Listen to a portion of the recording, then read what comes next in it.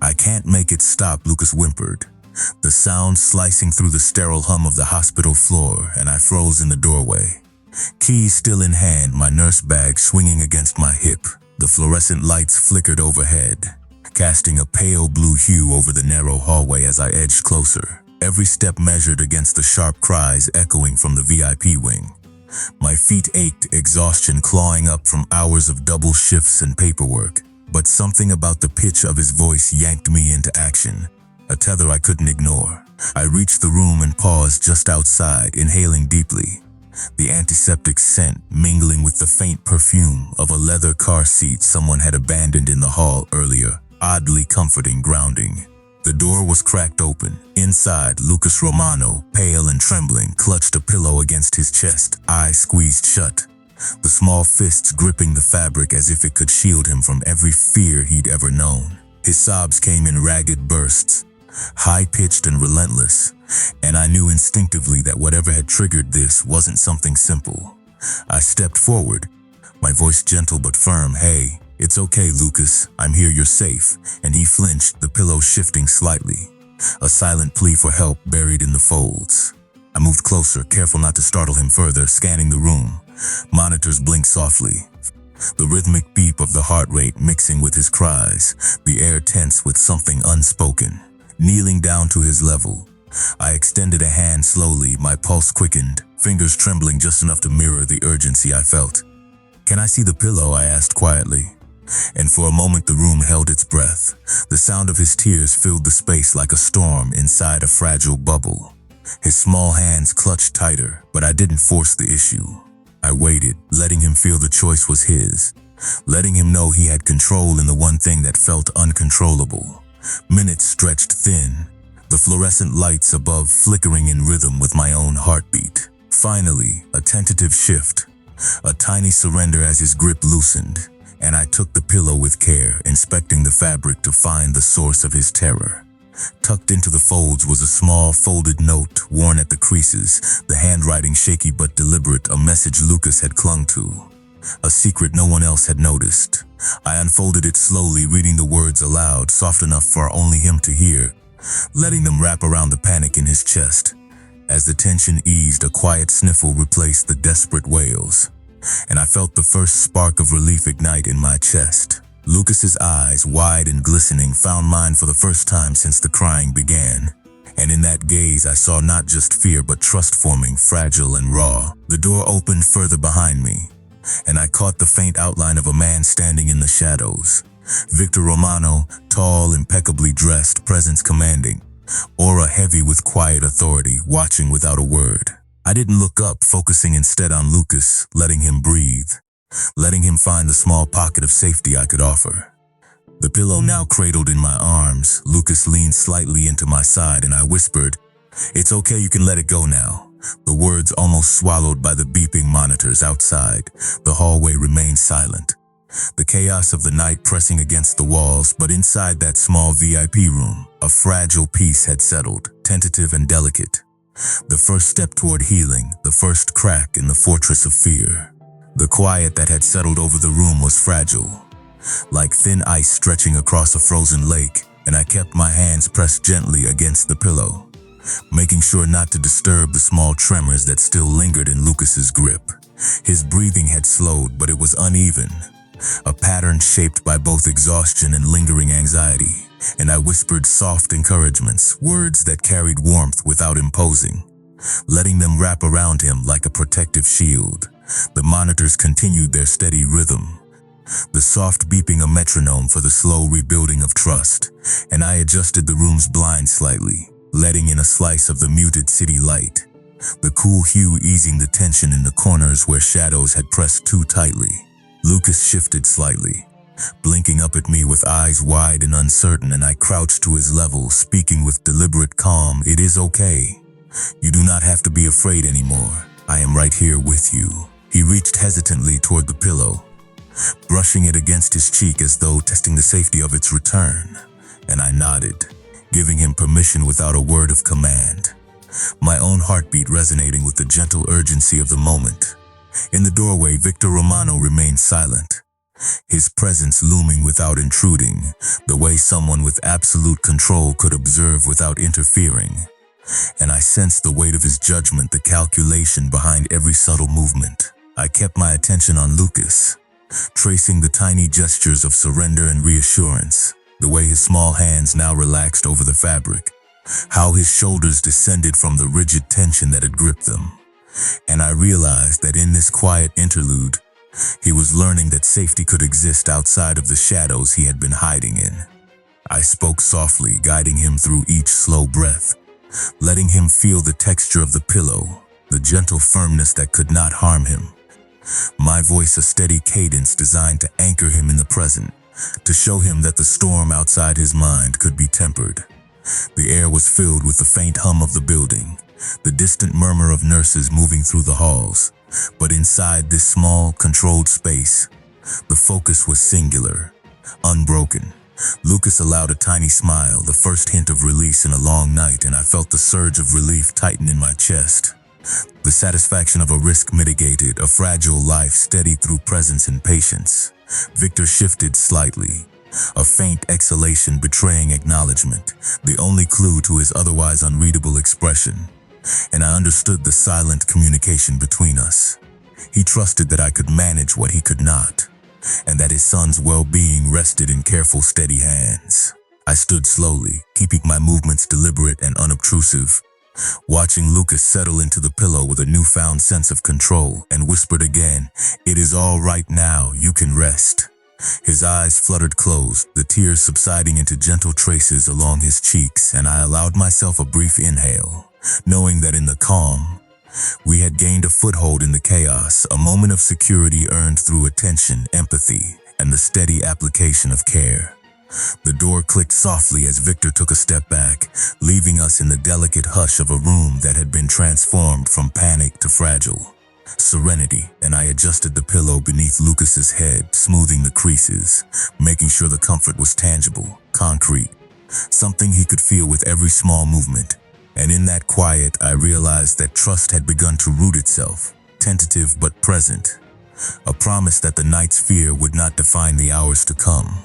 The soft hum of the monitors filled the room as Lucas curled further into the pillow, his small body finally surrendering to the gentle rhythm of breathing that I had coaxed from him.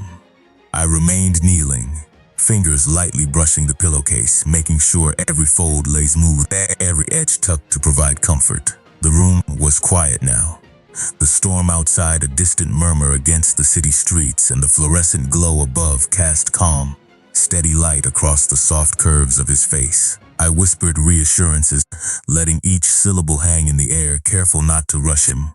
"It is all right, you are safe, you can rest here." His eyelids fluttered as if testing the reality of my words, and I watched the tension slowly release from his shoulders, the tiny fists unclenching, giving way to fragile trust. From the doorway, Victor Romano's presence remained, quiet but commanding, an unspoken watchfulness that reminded me of the stakes without intruding on the delicate space we had carved out. I could feel his gaze, measured and precise, yet tempered by the knowledge that I was providing what he could not in that moment. A patient, steady hand to guide his son through fear. I adjusted my position, sliding the pillow slightly under Lucas's head to give him better support, and in the faint light, I could see his breathing evening out. Subtle chest rises and falls, a cadence that spoke of tentative relief. I spoke softly, narrating the small details, helping him anchor in the now. "The pillow is soft, you can hold it. It will keep you comfortable, no harm will come." Each word was deliberate, a tether to safety, a rhythm to counteract the storm in his chest. I allowed him to touch the note we had discovered earlier, showing him that the object of fear was understood and under control, giving him agency in a situation that had felt overwhelming just minutes ago. Outside, the faint shuffle of nurses in the hall was a background hum, inconsequential to the intimate focus within these walls. And I let myself be absorbed in the tiny victories of the moment, the small sighs, the slow release of tension, the glimmer of trust forming in Lucas's eyes. Victor shifted slightly, a faint exhale that betrayed approval. And I understood the silent acknowledgement that we were aligned in our goal, the boy's comfort and safety above all else. I remained kneeling, steadying the pillow and my voice narrating quietly, softly pointing out the gentle beeping of the monitors, the slight movement of the blinds, anything to draw attention away from lingering fear and toward calm awareness. Lucas's fingers traced the fabric with careful motions, tentative but deliberate, as if testing each fiber for reassurance, and I nodded subtly, letting him know his control was acknowledged. I whispered again, guiding his breathing. "It is okay to feel safe. You can rest now. You can let go of the worry." And he responded with a small, uncertain smile, a delicate acknowledgement of the protection and presence I offered. The room held this fragile balance.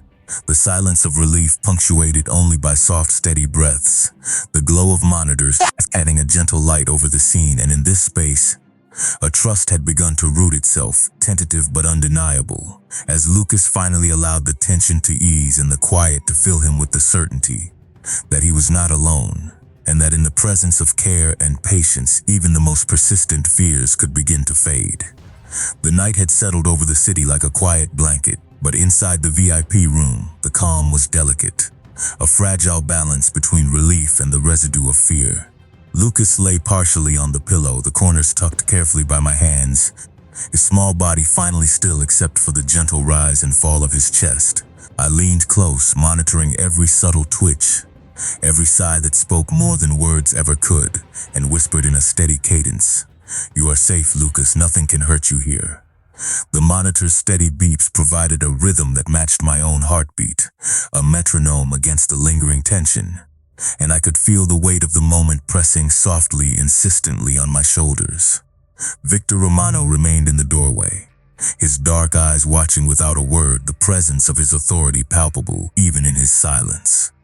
I felt the tension in the room shift slightly as he took a careful step forward, not to intrude but to witness the work of trust unfolding between child and caretaker. I adjusted the pillow again, smoothing it beneath Lucas's head, noticing how his hand now rested loosely on the fabric, exploring its texture with tentative confidence, and I offered gentle prompts to guide his focus. "See how the pillow is soft? You can feel it under your hands. It is yours to hold." The small movements of his fingers, the careful rotation, the cautious touch, spoke volumes, and I responded in kind, letting my voice remain low and even allowing the sound to settle around him like a protective shield. The hum of the building was a background murmur, the occasional distant footsteps of other staff muted by the closed door, leaving a concentrated space in which every small gesture mattered. I spoke softly about the lights, about the gentle sway of the blinds, giving him points of attention to anchor his awareness in the room, away from the echoes of anxiety that had filled his mind before. Victor shifted again, a subtle exhale, the faint acknowledgement that the balance I had created was sufficient, that he could trust this fragile piece to hold for the moment. I let Lucas trace the note we had uncovered earlier with his small fingers, guiding him to recognize control over what had seemed frightening moments before, reinforcing the sense of agency that had begun to take root. I maintained a steady tone, narrating each micro-movement. "You can adjust the pillow, you can breathe slowly, you can feel safe," and he responded with a small nod, a quiet gesture that carried more relief than words could capture. The light from the monitors glinted softly on his eyes, now slightly less wide, less fearful, and I could see the first signs of understanding. That comfort could be tangible, that protection could be present even in the absence of constant attention. I adjusted my position once more to give him room, my hands lingering just above the pillow in readiness, and whispered again, "It is all right to rest now. You can let the worry go," letting the words form a rhythm, a gentle push towards serenity. Lucas's small sighs punctuated the quiet, a soft cadence that signaled the shift from fear to fragile calm, and I felt the weight of that transition, the confirmation that patience and presence could create safety. The room settled into a measured silence, the trust forming between us as concrete as the pillow beneath his head, and I allowed myself a brief moment to observe, knowing that each careful step in this quiet space had built a foundation of security, the first step toward an enduring sense of safety that would ripple outward from this night. The room settled into a quiet rhythm, the soft beeping of the monitors blending with the faint hum of the city beyond the windows, and I remained kneeling beside Lucas, letting the calm wash over us both while keeping my hands poised above the pillow, ready to respond to any sudden movements. His small fingers now traced the edges of the fabric, the tentative motion signaling a growing sense of control, and I encouraged him softly. "It is yours to hold, you can adjust it any way you like, it is safe." The glow from the monitors reflected off his wide eyes, capturing the subtle relief that had begun to take root, and I watched carefully as each shallow breath grew deeper, more even, a tangible sign of the tension ebbing away. Victor Romano remained at the edge of the room, his presence quiet yet undeniable, an aura of measured authority that did not intrude but carried the weight of silent oversight, and I sensed the respect in his gaze, the understanding that the care I offered was both precise and intentional. I shifted slightly, tilting the pillow beneath Lucas's head to provide better support while keeping my movements deliberate and slow, narrating every small adjustment with soft, steady words. "You can feel the softness, it will hold you, you can rest now. No worries can reach you here." Each syllable was a bridge from fear to comfort, a rhythm designed to anchor his attention and gently ease the remnants of anxiety. Lucas's tiny sighs punctuated the quiet, each one a confirmation that the balance we had cultivated was taking hold, and I allowed myself to observe the subtle cues, the loosening of his grip, the faint arching of his back as he settled into the pillow, the tentative stretch of his legs, all signs that he was beginning to feel secure. I encouraged exploration of the note tucked within the folds, guiding him to open it carefully, letting him understand that what had once been a source of confusion and fear was now an object he could examine and master, his agency reinforced by careful, supportive instruction. The soft light continued to highlight the textures of the room, the smooth surfaces of the bed and monitors, the faint glimmer on the metal of the door handle, and I used these details to draw his attention outward, grounding him in tangible, calming reality. I spoke about each motion and sensation, keeping my voice low and steady. "The pillow is soft, your hands can rest. The room is calm, you are safe." And he responded with small nods, the beginnings of a smile playing at the corners of his lips, fragile yet significant. Victor shifted slightly, a subtle exhale indicating approval, and I understood that this unspoken communication between us was a pact of trust, my care, his son's safety, and his acknowledgement of the process. I remained kneeling, maintaining gentle guidance over the pillow, and Lucas positioning, whispering reminders of security and comfort, letting the rhythm of reassurance shape the space, and watched as Lucas's body finally relaxed into a pattern of calm, the earlier tension diffusing like mist, leaving a steady, delicate peace in its wake. The room held the quiet, a tangible sense of relief, and in that fragile space, the trust between child and caretaker deepened, establishing a foundation of safety that would support the moments yet to come, a promise silently acknowledged by all present. Lucas stirred slightly, shifting the pillow under his head as his eyelids fluttered open, the dim glow of the monitors reflecting in his wide, green eyes. I leaned closer, careful not to startle him, and murmured softly, "It is okay, Lucas, I am right here, nothing can hurt you," letting my words wrap around him like a shield against lingering unease. The room remained quiet, the faint hum of the city beyond the tall windows a distant pulse, and I traced my fingers lightly over the pillow, smoothing each crease to offer a sense of calm. He reached tentatively toward the small note we had discovered, his fingers brushing the paper with cautious curiosity, and I encouraged the movement gently, explaining each step. "You can touch it. See what is inside, you have control." His small hand held the paper, unfolding it with careful precision, the crumpled edges revealing the words he had feared, "Now safe in my presence," and I whispered explanations, soft and even, translating the confusion into reassurance. The monitors beeped steadily, each pulse a rhythm for our careful attention, and I guided Lucas through the sensations of the room, the soft texture of the pillowcase beneath his hands, the faint warmth of the monitor lights, the gentle tilt of the blinds letting in the muted city glow, all anchoring him in the present moment. Victor Romano remained in the doorway, still and observing, his posture poised, aura commanding yet tempered, and I sensed the subtle acknowledgement in his gaze, the quiet trust that the care I provided was precise and intentional. I shifted slightly to ensure the pillow was perfectly positioned, offering support to Lucas's head and shoulders, narrating each adjustment with a calm cadence. It is soft, it will hold you, you can rest now. Feel safe, and I watched as his breathing continued to deepen, the faintest flickers of a smile forming as tension released from his small frame.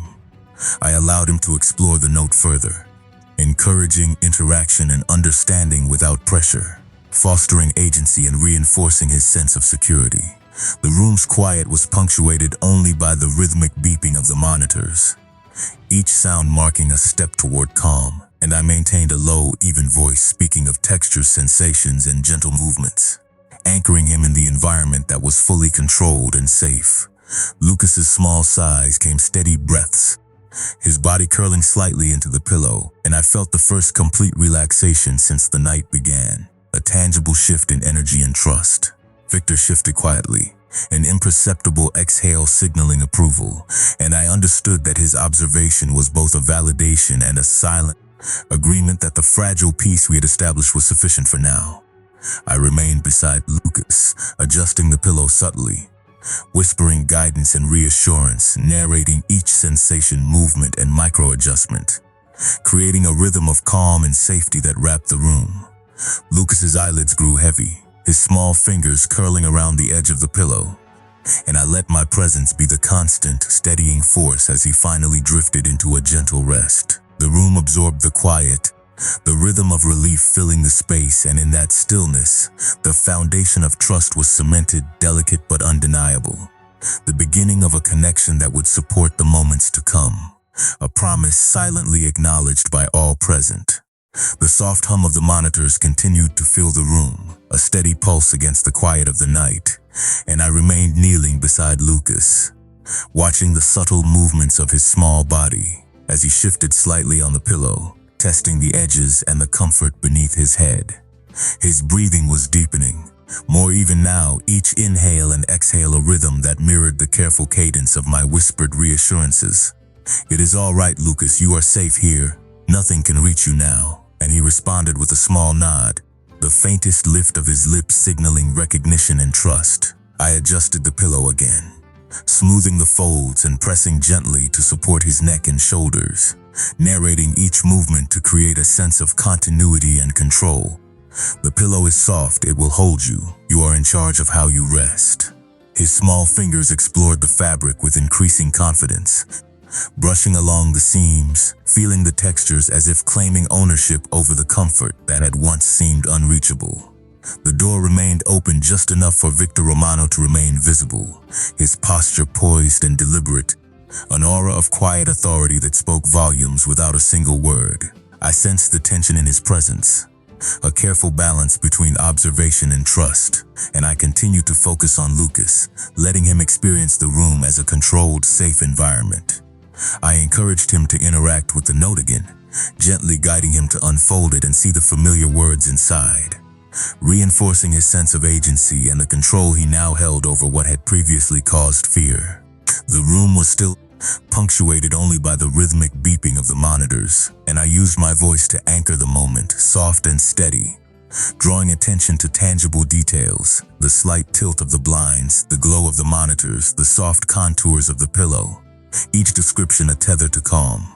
Lucas began to relax further, letting his head rest fully on the pillow, small fingers gripping the edges with quiet confidence, the earlier panic replaced by a growing sense of security.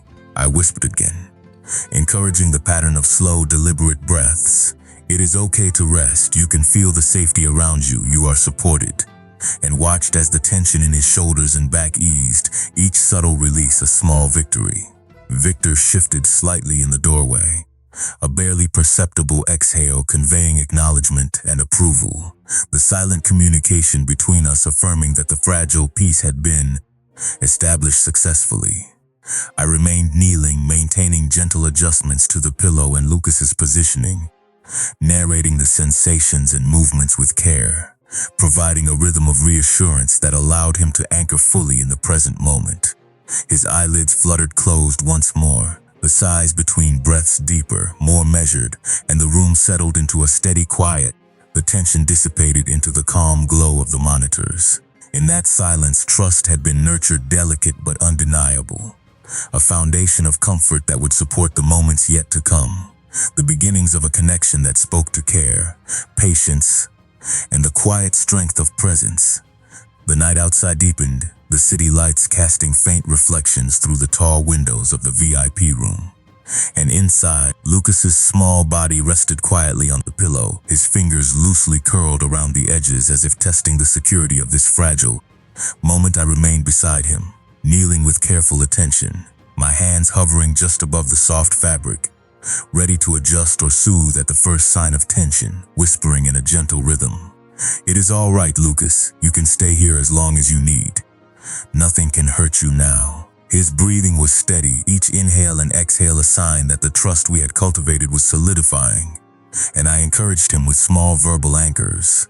"Feel the softness beneath your head. The pillow is yours. You control how it rests. It will hold you." The monitors continued their quiet rhythm, their soft beeping a metronome against the silence, and the faint hum of the building provided a distant, steady backdrop, unnoticed but grounding. Victor Romano remained in the doorway, posture controlled and watchful, an imposing presence tempered by a careful respect for the delicate balance that had been established. And I sensed the silent communication in his gaze, a quiet acknowledgement of the space and patience I had maintained. I gently shifted the pillow to better support Lucas's neck and shoulders, narrating each movement in a calm, deliberate voice. "It is positioned to keep you comfortable. You can adjust it. It is yours. You are safe here." Letting the words create a framework of reassurance around him. Lucas's small eyes flickered open briefly, green irises reflecting the monitor lights, searching for a sign of safety, and I responded with a soft nod, maintaining eye contact, giving him permission to explore the room and the pillow on his own terms. He traced the note again with tentative curiosity, opening and closing it slowly, learning that the source of his fear could be understood and controlled, and I provided gentle guidance. "See, it is not frightening now. You can handle it. You are in control." Letting him anchor his attention on tangible actions and sensations. The air in the room was still, heavy with the quiet that follows sustained attention, and I continued to whisper, describing textures, subtle movements. The soft rise and fall of his chest, the light filtering through the blinds, every detail a tether to calm. Victor shifted subtly in acknowledgement, his silent approval a reassurance that the work we had done was respected and understood. I allowed Lucas to settle fully into the pillow, curling slightly as he adjusted the folds with small, deliberate movements, and I whispered again, "You can let your mind rest now. The room is safe. Nothing can reach you," reinforcing the security we had created. His small size and gentle breathing became the dominant rhythm of the space. The earlier tension transformed into calm, and I remained a steady presence beside him, narrating sensations and providing reassurance without intrusion. The monitor's soft glow illuminated his relaxed posture, and the room held this quiet, steady energy, a protective cocoon in which trust and safety had taken root, delicate yet undeniable, establishing a foundation for Lucas's continued peace and the beginning of a bond shaped by care, patience, and consistent gentle presence. Morning light crept softly through the tall windows, filtering in pale gold streaks that touched the edges of the pillow where Lucas rested, his small chest rising and falling in a steady rhythm that spoke of true calm for the first time in hours. I remained kneeling beside him, adjusting the folds gently, smoothing the fabric to ensure his comfort, whispering quiet affirmations. "It is okay, you can rest, you are safe here." Letting the words settle into the still air, anchoring him in the sense of security we had built. His fingers traced the edges of the pillow one last time, deliberate and confident, exploring the texture as if confirming that the world around him was safe and tangible. And I followed each movement with careful attention, keeping my presence steady and reassuring. The faint hum of the hospital beyond the closed door was distant now, background noise swallowed by the intimate bubble of the room, and the soft beeping of the monitors marked time in a way that felt gentle, deliberate, and protective. Victor Romano remained near the doorway, silent and observing, his posture controlled yet relaxed, an aura of quiet authority that watched without intrusion, and I sensed the acknowledgement in his gaze. a subtle recognition of the trust and calm we had achieved together. I adjusted the pillow slightly, tilting it to support Lucas's small head more fully, and whispered again, "It will hold you comfortably. Nothing can reach you now," letting the phrasing create a rhythm that matched his breathing, encouraging further relaxation. Lucas's eyes opened briefly, the green flecks catching the morning light, searching for confirmation of safety, and I offered a small, steady nod, letting him know that his sense of security was valid and present. He let his hands rest softly on the pillow, curling slightly around the fabric, and I guided him with calm words. "You are in charge here. You can move and adjust as you need. You are safe." Reinforcing the agency he had begun to claim, the note we had examined the previous night lay to the side, untouched but visible. A quiet reminder of the challenges we had overcome and the understanding that had grown between us. I narrated the textures, the light, the gentle motions of his breathing, keeping the voice low and deliberate, each word a thread binding the moment in calm. Victor shifted slightly, a soft exhale, signaling recognition and approval of the environment we had created, and I felt the quiet acknowledgement of our shared goal, Lucas's comfort and trust. I stayed kneeling, offering small, steady adjustments and continued soft guidance, helping him anchor in the present, allowing his tiny body to settle fully into the pillow, the room absorbing the calm we had cultivated, the tension from hours ago replaced by measured tranquility. Lucas finally let his eyelids close fully, curling slightly into the pillow, his breathing deep and even. And in that quiet, I observed the foundation of trust that had been established, delicate yet undeniable. A sense of security that would support the moments to come, the promise of care, presence, and patience solidified in the gentle rhythm of the room. For the first time since the night began, the fragile serenity felt enduring, unbroken, and complete.